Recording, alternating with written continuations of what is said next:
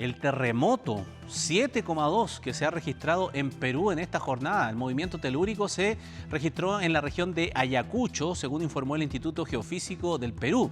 Este fuerte sismo se sintió pasada las 13 horas de Perú, 2 de la tarde, hora aquí en Chile. Hasta el momento, eso sí, no hay reporte de daños estructurales que sean graves, ni tampoco de personas fallecidas, afortunadamente, pero plantea, obviamente, la preocupación porque hay una seguidilla de hechos que ya hemos registrado en el continente y en el mundo, en realidad, en el último tiempo, que vamos a conversar en un instante más en detalle.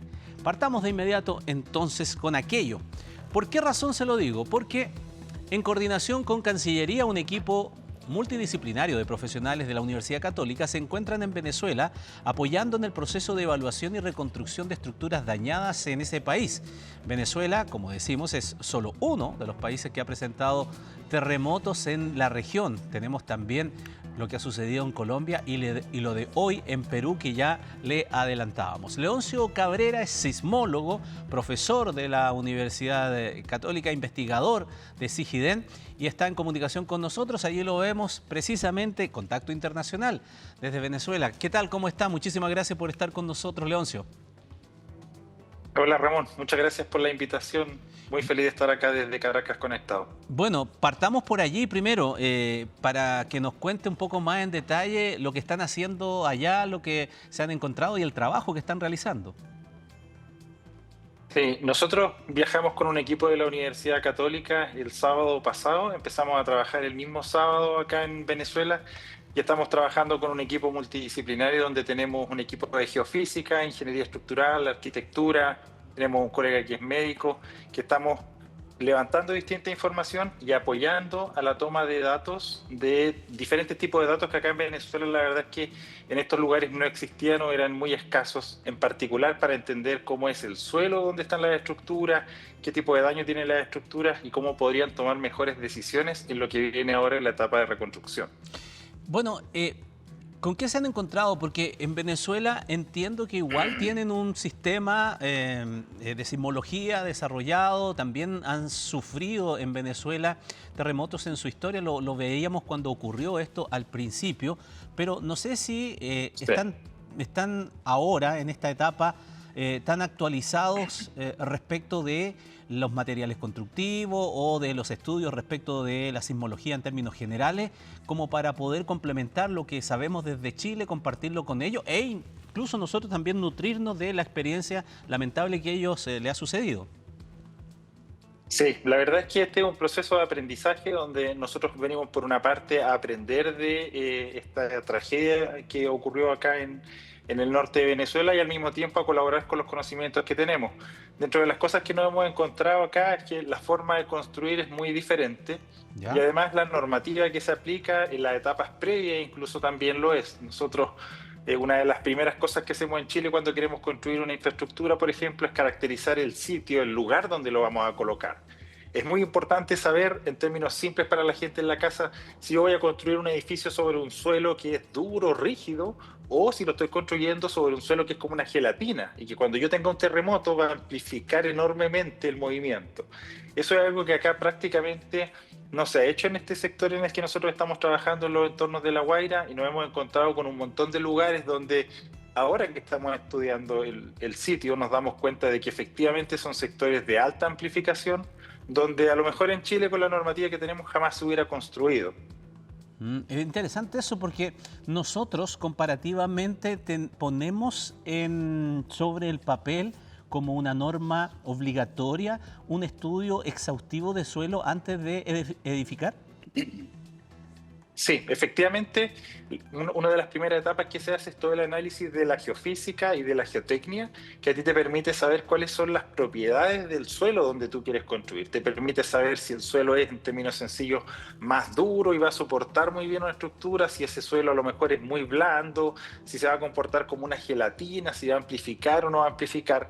Y eso es de las primeras etapas. Y después además viene toda la parte constructiva, donde nosotros en Chile estamos muy acostumbrados, ¿cierto?, a este hormigón armado, donde tenemos el hormigón, el acero, pero cuando estamos acá en Venezuela es bastante diferente. Vemos muchos más ladrillos, vemos otra forma de construir y desafortunadamente gran parte de esa forma de construir es la que hizo que muchas de las estructuras colapsaran.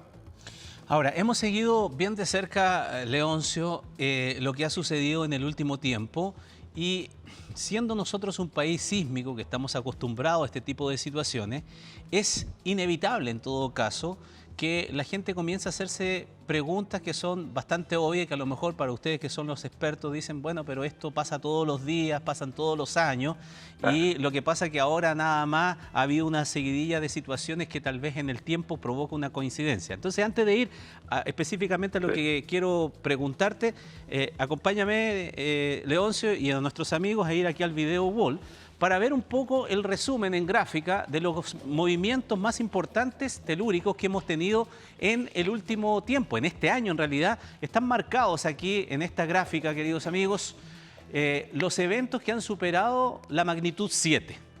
Y, por ejemplo, está dibujado aquí, esto que está en rojo, ustedes ven en lo que se llama el cinturón de fuego del Pacífico, esta zona sísmica de la cual Chile, evidentemente toda nuestra costa forma parte y en donde sabemos que se producen movimientos telúricos. Pero tenemos de esto desde Japón el 30 de enero 6,2, Taiwán luego el 21 de febrero que fue de 6,4, Filipinas que fue de 6,7, tenemos uno en Indonesia en abril que fue de 6,8, tenemos, bueno, arriba Alaska también. Y aquí tenemos a Venezuela que está aquí, que escapa a este cinturón de fuego del Pacífico porque fue al otro lado, ¿no es verdad? En Venezuela donde está Leoncio, en la costa del Caribe fue de 6,2. Claro. Y ahora tenemos este de Perú también y antes tuvimos el de Colombia. Entonces, lo que quiero preguntarte, Leoncio, a propósito de lo que estamos viendo aquí en pantalla, es lo que mucha gente se pregunta, se dice, bueno, si estuvo en México, si estuvo en Venezuela, si estuvo en Colombia, si estuvo en Perú, entonces ahora nos toca a nosotros, dice el diálogo popular. ¿Qué se responde a eso? Mira, el cinturón del fuego del Pacífico se llama así por algo y es porque es una zona donde siempre está temblando. Actualmente estamos mucho más conectados y recibimos las noticias de todos los eventos rápidamente, lo que es súper bueno. Pero también a veces se genera este tipo de teorías de está temblando y como que los sismos están migrando, algo así, que la verdad no tiene ningún sentido.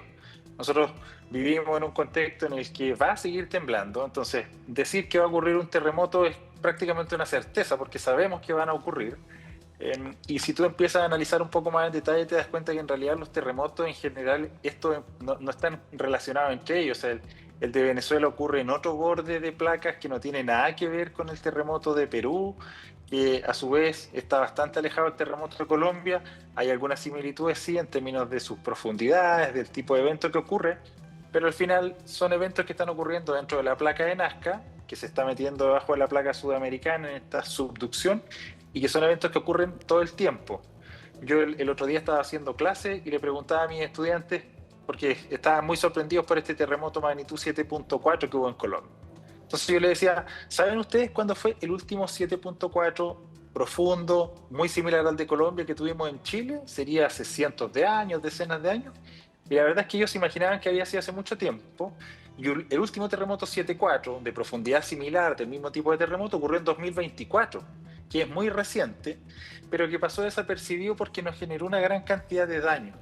Entonces, cuando tú miras en realidad esto en detalle, te das cuenta que este tipo de eventos son mucho más frecuentes de lo que nosotros pensamos, solo que muchas veces pasan desapercibidos porque en realidad le ponemos más atención cuando se genera una gran cantidad de daño y cuando no, la verdad es que pasan bastante desapercibidos en general. Ahora, lo que sucede, por ejemplo, en nuestra costa, Leoncio, está dado por esta interacción de las placas, ¿no es verdad? La placa sudamericana, la placa de Nazca, sí, exactamente. Esto de subducción que le hemos llamado, es decir, que una se va metiendo bajo la otra y eso va acumulando energía. Sí. Ya, eso que se provoca en nuestra costa es distinto a cuando se produce tal vez otro fenómeno que es cuando la energía se libera no por subducción, sino por otro tipo de movimiento de placa o tal vez el movimiento, el choque intraplaca que también se llama. ¿Hay diferencias notables entre uno y otro que hacen que también las consecuencias que tenga ese terremoto, teniendo incluso tal vez una magnitud más o menos parecida, sean distintas? Sí, la verdad es que los terremotos intraplaca, como el que ocurrió en Colombia recientemente y muy parecido a este que ocurrió ahora en Perú, como a 100 kilómetros de profundidad, le llamamos intraplaca cuando ocurren dentro de una de las placas, en este caso probablemente la placa de Nazca. La principal diferencia de estos terremotos más profundos es que ocurren en un lugar donde hay mucha presión y hay un aumento de temperatura. Y lo que hemos observado desde la sismología es que generan un mayor contenido de alta frecuencia, que en términos prácticos, pensemos así, significa que tienden a generar movimiento más fuerte, mayores intensidades. Y además, por la posición en la que ocurren, las ondas llegan casi sin atenuarse a las ciudades, por lo tanto se sienten mucho más fuerte en comparación a un terremoto de su misma magnitud, pero que a lo mejor podría ocurrir en la zona interplaca donde las dos placas se están rozando. Eso hace que nosotros lo sintamos con una mayor intensidad. Ejemplos clásicos de eso son el terremoto de Chillán de 1939, que aunque no fue el más grande que hemos tenido en Chile, ¿cierto? Es el de Valdivia 9.5, sí fue el terremoto más destructivo que hemos tenido en la historia, con una magnitud de 7.8 aproximadamente, dependiendo del tipo de magnitud. Y eso nos muestra que este tipo de terremotos más profundos, que son distintos, pueden generar muy grandes intensidades, a pesar de que su magnitud no sea tan grande como un Maule, como un Valdivia. Leoncio, ¿y en nuestro país los que ocurren con mayor frecuencia son los que se producen por subducción? ¿Estos intraplacas son más escasos en Sí. los registros nuestros? Los intraplaca en general son un poco más escasos que los interplaca, y eso tiene que ver por el origen, pensémoslo, de cada uno de los tipos de terremotos. Ya nosotros tenemos estas dos placas que están chocando, ahí se genera bastante roce, y ese roce entre las dos placas es lo que se va liberando con los terremotos interplaca.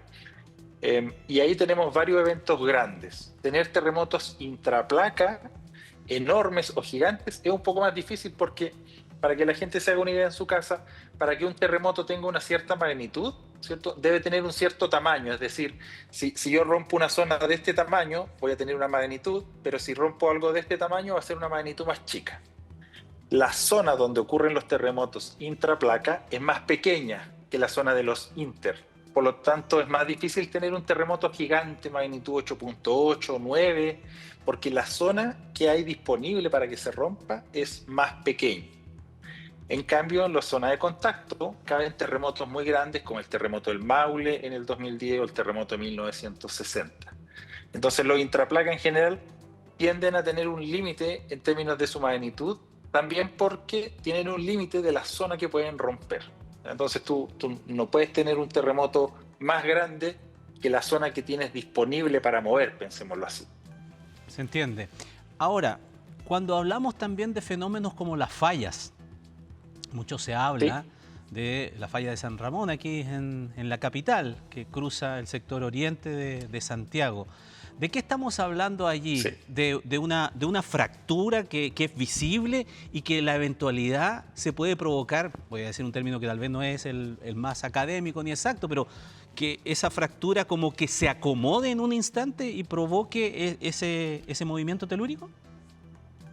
Claro, efectivamente, las fallas geológicas son básicamente una discontinuidad en el material, una fractura, si tú lo quieres pensar así, como un corte, y los terremotos, ¿cierto?, que generan estas ondas que nosotros sentimos ocurren cuando en esa falla hay un movimiento relativo. Y ese movimiento rápido es el que genera ondas que viajan y nosotros sentimos. Entonces, los terremotos son un problema de fricción, entonces tú tienes un lado de la falla con otro que se están rozando, ¿cierto? Y aquí entre medio el roce hace que se trabe y se empieza a tratar de deformar, pero no es capaz de moverse. Y eventualmente tú sobrepasas el límite de la falla, se genera ese movimiento, salen las ondas y se genera ese terremoto. Entonces, es lo mismo que cuando tú tienes, no sé, toda esponja, hacía yo el otro día el ejemplo, y las rozas, ese roce es el que genera la acumulación de la energía. Ya. Y ahí es donde se ocurren los terremotos, cuando se libera esa energía. Ya, pero por ejemplo, en nuestra geografía, y volviendo al Sí. ejemplo de la falla de San Ramón, Un movimiento telúrico provocado por el roce de nuestras placas de subducción Sí. al interior del océano, ¿es independiente de lo que pueda ocurrir con un movimiento en la falla, por ejemplo, de San Ramón? Uno no mueve al otro, uno no se relaciona con el otro, ¿son eventualmente situaciones que tienen que ocurrir independientemente? Mira, de alguna forma están relacionados y es parte de la investigación actualmente entender cómo se distribuye esa energía entre la zona de subducción y las fallas más corticales.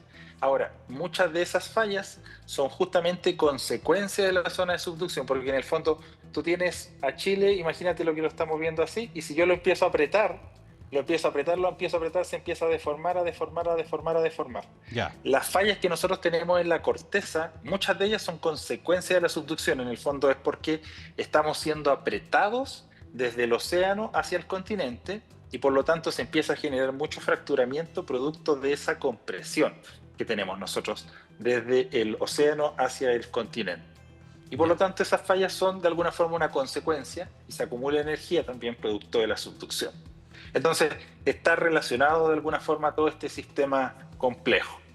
Perfecto, pero eso no significa que un movimiento telúrico que tenga su epicentro en el choque de las placas en el océano genere simultáneamente, al mismo tiempo, una situación No en la falla. necesariamente. No necesariamente. No necesariamente. Para eventos grandes, por ejemplo, en 1960 se piensa que el terremoto fue tan grande que tuvo la capacidad de mover la falla de Liquiñe-Ofqui, que es una de las fallas más grandes que tenemos nosotros en Chile, cortical. Son como 1000 kilómetros de largo. Es enorme.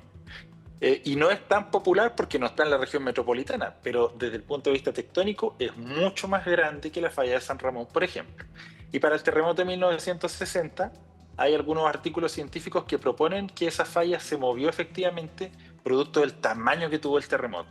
Ahora, para terremotos más pequeños es muy difícil que logre mover una falla en la corteza porque la distancia igual es grande. De ahí, Valdivia sabemos que es más grande de todos los terremotos que hemos podido registrar, entonces es un caso bien particular. Pero sí es posible que se active una falla cortical producto de un terremoto en la zona de subducción. Sí, es un escenario real. Leoncio, y esta pregunta yo más o menos sé por dónde me la va a responder, pero lo hago igual, porque está dentro de la cultura y de la conversación popular. Alguien dirá, mi abuelita lo decía y todo aquello. No, es que lo que pasa es que está haciendo tanto calor que yo creo que va a temblar y no sé qué cosa. Y eso está como dentro de la cultura popular. Y ahora tiene su versión, no sé, 2.0, 3.0 con esto del fenómeno del Niño, que yo he escuchado muchísimo, que dicen, míralo todo lo que está pasando, mira lo que están diciendo, que la corriente en chorro, que el río atmosférico, que la baja segregada, que todo este fenómeno propician o ayudan o lo que viene posteriormente alimenta un terremoto. Por favor. Claro. Sí, mira, acá la verdad es que la respuesta voy a tratar de separarla en dos. ¿Ya? Uno desde el punto de vista de lo que es la frontera del conocimiento, donde nosotros sabemos que las fallas efectivamente pueden ser afectadas por fluidos. ¿Ya? Si yo tengo una zona que está muy pegada una con otra y le meto fluido entre medio, pensemos puede ser agua, esa agua va a facilitar que la falla se mueva. Así es como se genera un terremoto inducido, por ejemplo. Así es como funciona el fracking en la extracción de petróleo. Tú inyectas un fluido y facilita el movimiento. Ahora, poder mover una falla porque está lloviendo solamente, en una falla pensemos gigante, a lo mejor como Liquiñe-Ofqui o la zona de subducción, es mucho más difícil. En la literatura científica hay escenarios donde se ha observado que cuando hay lluvia hay ciertos casos particulares de fallas que se logran mover, pero la verdad es que no es algo tan directo ni algo que esté, ni una consecuencia directa que vaya a aparecer por una lluvia, digamos, por muy intensa que sea. Entonces, es difícil esa correlación, pero hay casos específicos donde sí se ha logrado documentar, en fallas muy superficiales, donde se logra penetrar con mayor fluido y eso sí podría generar un movimiento en una falla y generar efectivamente un sismo de una cierta magnitud. Correcto. Leoncio, para finalizar, bueno, ¿cuándo es el regreso? ¿Hasta cuándo por allá? Y los antecedentes y la información que recogen, ¿en qué va a derivar? Sí, nosotros vamos a estar trabajando, regresamos el domingo a Chile, vamos a estar trabajando hasta el último día, mañana tenemos algunas reuniones técnicas y esto va a derivar en, por una parte, sugerencias de cómo tienen que seguir adelante, de cómo debiera avanzar su normativa, la parte de la reconstrucción y adicionalmente nosotros vamos a entregar un montón de resultados de todos los datos procesados que ya tomamos y eso va a permitir indicar dónde existe efecto de sitio, hay muchos lugares donde nunca se había tomado este tipo de información y por lo tanto ha sido una sorpresa en algunos casos encontrarse con efecto de sitio, en otros que no, y por lo tanto hay lugares que ahora sabemos que si vuelve a haber un terremoto se va a sentir muchísimo más fuerte de lo normal. Por lo tanto, vamos a entregar un montón de información de parte de la comitiva y el domingo, si todo sale bien, deberíamos estar de regreso en Chile los 14 colegas de la Universidad Católica. Muy bien.